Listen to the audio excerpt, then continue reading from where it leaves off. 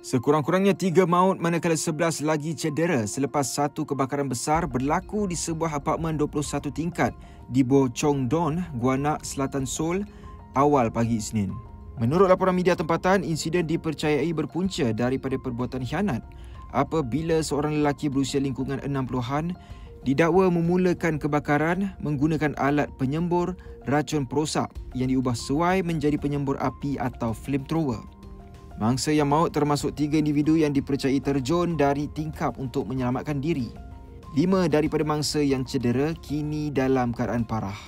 Mayat rentung yang ditemui di tingkat 4 disyaki milik suspek berdasarkan padanan cap jari yang ditemui di lokasi kejadian.